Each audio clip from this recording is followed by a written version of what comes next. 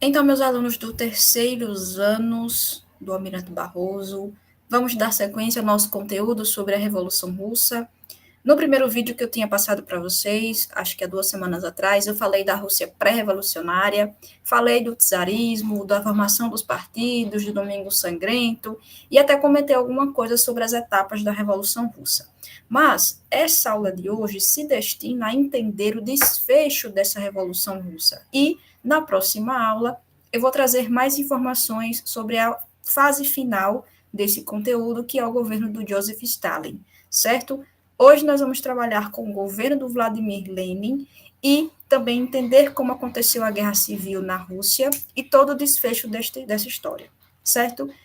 E caso você tenha alguma dúvida, você já sabe que pode entrar em contato comigo através das minhas redes sociais ou no grupo do WhatsApp da turma. Então vamos à nossa explicação de hoje.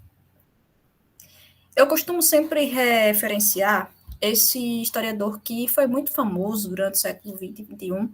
Ele escreveu muitos livros interessantes, como, por exemplo, Era dos Extremos, escreveu sobre o imperialismo, sobre a Era do Capital, ou seja, diversos assuntos, né, que é o Eric Hobsbawm. Acho que faleceu em 2009, se não me falha a memória. E aí o Hobsbawm, em uma determinada obra, ele falou o seguinte a respeito da Revolução Russa. Abre aspas. A partir da década de 1860, como veremos, uma revolução russa não era apenas uma possibilidade, mas uma probabilidade, talvez mesmo uma certeza. Então, ele está falando do processo de gestação, é o processo que antecede a eclosão dessa revolução russa. Então, só para relembrar, o Império Russo, naquele momento, nessa década de 60, era um gigantesco império marcado por desigualdades, por camponeses que eram oprimidos pelos grandes proprietários rurais. Era um país de burguesia incipiente, de uma industrialização também incipiente, financiada pelo capital externo, pelo capital das potências imperialistas, e era um país em que a maioria da população, acho que 80% da população russa, era camponesa, vivia no campo. Então, ele está falando desse processo de gestação da Revolução Russa. Nós temos aí o processo de ocidentalização, como eu falei no vídeo passado. Nós temos também a formação de partidos políticos, ou seja, os operários, principalmente, os trabalhadores, eles começam a se movimentar e começam a pensar essa situação russa lá no governo do Nicolau II. Então, eu sempre costumo citar, e ele é importante também para você citar na sua prova do Enem, caso você precise falar do século XX, ele é uma ótima referência. Falando agora do governo do Vladimir Lenin, é importante ressaltar que Lenin não era o nome oficial dessa pessoa, desse homem. O nome dele era Vladimir Ilyich Ulyanov, mas ele utilizava o nome de Lenin, era mais conhecido assim. E o Lenin, gente, ele foi o líder do partido bolchevique, só para relembrar. Vocês sabem que existiam duas divisões dentro do mesmo partido, que era o Partido Operário Social Democrata Russo, o POSDR. E dentro desse partido surgiram os bolcheviques e mencheviques, que buscavam o mesmo objetivo, mas tinham meios distintos para se alcançar esse objetivo. Então, você tem os mencheviques de um lado, que eram mais voltados para a introdução do capitalismo, o desenvolvimento do Império Russo, da Rússia. Você tem aí uma aliança com a burguesia, defendida pelos mencheviques. Por outro lado, você tem os bolcheviques, que são mais radicais. Ambos são partidos, não, acho que divisões de esquerda, podemos dizer assim, influenciados pelo marxismo internacional, mas os bolcheviques eram mais radicais em suas propostas. Eles achavam que o governo deveria ser tomado pelos trabalhadores através de uma revolução socialista. Então, essa união dos trabalhadores era preconizada pelos bolcheviques. Então, nós temos aí 3 fases dessa Revolução Russa que eu já tinha comentado com vocês. Nós temos aí o primeiro momento, em 1905, que ficou conhecido como Domingo Sangrento, aquele massacre que aconteceu em frente ao Palácio de Inverno do czar Nicolau II, e a partir daí o czar teve que tomar uma série de medidas, principalmente a convocação da Duma, para tentar controlar os ânimos, mas a situação não se resolveu e desembocou na Revolução de Fevereiro de 1917, que no Brasil aconteceu em março de 1917, porque nós seguimos o calendário gregoriano e os russos naquela época da Revolução, não.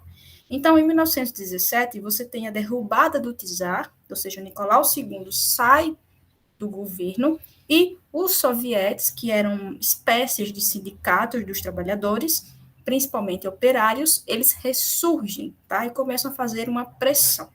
Então, foi formado um governo republicano provisório liderado pelos mencheviques. Porém, esse governo do Alexander Kerensky durou alguns meses porque não estava conseguindo dar conta da pressão e dessas reivindicações da sociedade russa. Enquanto isso, o Lenin estava lá no Partido Bolchevique fazendo oposição ao governo provisório, tá? Ele escreveu as chamadas teses de abril, e nessas teses de abril ele colocou essas três palavras de ordem: paz, pão, terra. Terra pela reforma agrária, tá? Porque lembre que existia uma concentração fundiária nas mãos dos grandes proprietários. Pão para saciar a fome dos russos e paz para retirar a Rússia da guerra. Então, essas teses de abril ficaram muito famosas, certo?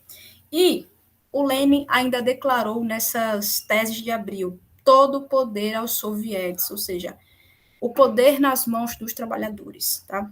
Aí, o governo menchevique, em contrapartida, decretou a ilegalidade desse partido bolchevique. Eu sempre costumo relacionar, gente, a situação do Partido Comunista aqui no Brasil, né? Que desde 1922, quando ele foi criado, ele sempre esteve em vários momentos da história do Brasil em ilegalidade, certo? Eles representavam uma ameaça à situação governamental. E aí os bolcheviques, que eram liderados pelo Lenin, defendiam a revolução proletária, ou seja, os trabalhadores estariam no centro, eles seriam os protagonistas. Então, nós temos a Revolução de Outubro de 1917, quando os bolcheviques realmente, enfim, conseguem chegar à presidência e o Lenin foi escolhido para ser o presidente. O Lenin governou de 1917 até 1924, quando ele faleceu. Nesse meio tempo aí, quando Lenin assumiu, tá? No final de 1917, a Rússia ela saiu oficialmente da Primeira Guerra Mundial, o que estava acontecendo. Então, esse era o contexto em que se estava desenrolando a Revolução Russa na Rússia. E esse tratado de Brest-Litovsk foi assinado na cidade de Brest, né?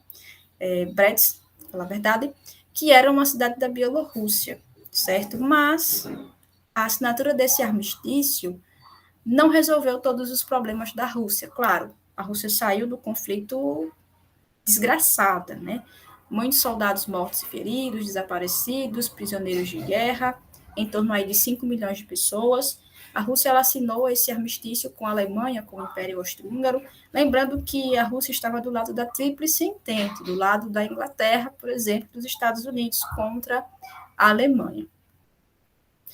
A Rússia sai da guerra, porém, como eu falei, os problemas não acabam. Então, entre 1918 e 1920, a Rússia vai enfrentar uma dura e violenta guerra civil, que colocou de um lado o Exército Branco, que era liderado pelos generais czaristas, ou seja, monarquistas, aqueles que ansiavam pela volta do czarismo, dessa autocracia. Os mencheviques estavam desse lado, e do outro lado você tem o Exército Vermelho, que foi organizado pelo Leon Trotsky, tá? Que era um dos dirigentes do Partido Bolchevique. Então, essas duas forças ficaram lutando aí durante mais ou menos 2 anos, até que em 1920 o Exército Vermelho Bolchevique conseguiu sair vitorioso. Em 1919, e ainda durante a Guerra Civil, foi fundada em Moscou a chamada Internacional Comunista, com o objetivo de propagar a Revolução Russa. E aí, você sabe, né, o comunismo ele foi se espalhando, ele foi sendo exportado para outras regiões do mundo. Inclusive, houve receptividade aqui no Brasil, com a própria formação do Partido Comunista, né, e de outros levantes que vocês vão estudar, como a Intentona Comunista. Quando Lenin entra no governo, certo? Ele assume a presidência. Teve um período que se chamou comunismo de guerra. Ele foi inaugurado em 1918, ainda na Guerra Civil, e esse período aí foi marcado por um controle estatal, principalmente sobre a economia, consolidação do poder dos bolcheviques sobre o aparelho de Estado, da eliminação da burguesia privada, do desaparecimento dos mecanismos de mercado da moeda, ou seja, quase não tinha moeda circulando na Rússia nesse período. Em relação aos camponeses, esse período foi marcado pelas requisições forçadas de cereais e pela tentativa de levar o comunismo ao campo. Com a introdução do comunismo de guerra, Lenin passaria a considerar que, em meio às grandes dificuldades, a Rússia avançava em direção à edificação do comunismo. Tá? Gente, a Rússia era muito diferente do resto do mundo, né? Porque a Rússia estava sendo observada por conta dessa revolução que estava acontecendo dentro do seu país. E uma outra característica importante desse governo de Lenin foi a adoção da NEP. Com a Guerra Civil, a situação econômica só ia de ladeira abaixo. Então, o que acontece? O governo de Lenin decide adotar essa nova política econômica justamente para tentar reestruturar essa economia. Então, eu coloquei 6 características que marcaram essa NEP. Tá? Primeiro ponto interessante, primeira curiosidade, é que a União Soviética, que já era nessa época da crise de 29, ela não foi afetada pela crise de 29, que é o nosso próximo assunto, acredito. Por quê? Porque no país estava vigorando a NEP.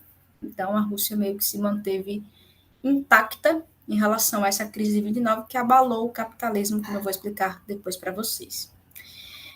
Em certos limites, essa NEP admitia o lucro individual e a propriedade privada, ou seja, coisas típicas do capitalismo e não do comunismo, tá?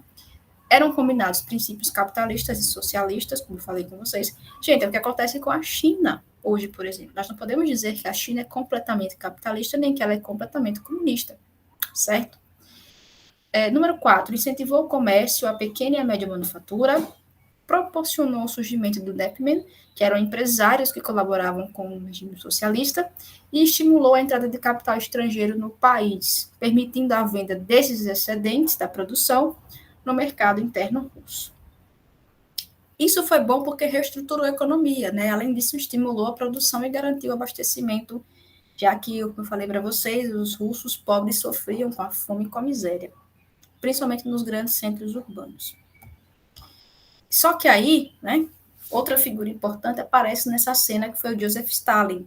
Ele foi nomeado em 1922 secretário-geral do Partido Bolchevique, que era o Partido Único. Nesse mesmo ano, foi criada a URSS, que nós conheceríamos até 1992 por esse nome, que foi a União das Repúblicas Socialistas Soviéticas.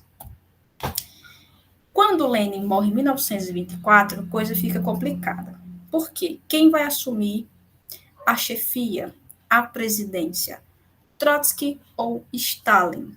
Os dois começam a disputar, politicamente falando. O Trotsky seria o sucessor natural, porque foi o chefe do Exército Vermelho que levou a vitória na Guerra Civil. Porém, Stalin conseguiu, por influência, por causa da burocracia estatal, conseguiu chegar ao cargo de presidente, conseguiu chegar ao governo, certo? E aí, o Trotsky, ele perdeu, né, na verdade, e acabou sendo expulso da Rússia e assassinado em 1940, como vocês podem ver na foto. O que defendia cada grupo?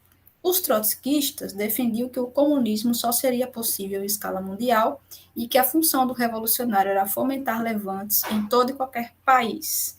Já os seguidores de Stalin acreditavam que a transformação da sociedade seria o resultado de um processo lento e gradual, e que a função dos comunistas era preservar as conquistas da Revolução Russa, certo? Então, eles divergiam um pouco em relação a isso, a ideias principais, e no final das contas o Stalin se tornou um grande ditador, governando até a década de 50. E o Trotsky, infelizmente, foi assassinado a picaretas em 1940. Então, gente, para finalizar, eu deixo aqui uma pesquisa para que vocês possam fazer, uma pequena atividade para entregar semana que vem, uma pesquisa de, no máximo, 2 páginas, no mínimo uma, sobre o movimento dos trabalhadores rurais sem terra do Brasil. E aí vocês vão perceber a existência de ideias socialistas ainda na atualidade, ideias que, né, vocês viram lá na Revolução Russa. E aí nós temos aí alguns aspectos que vocês devem abordar nessa pesquisa que vão fazer, tá bom? Qualquer dúvida, estou à disposição e até a próxima aula.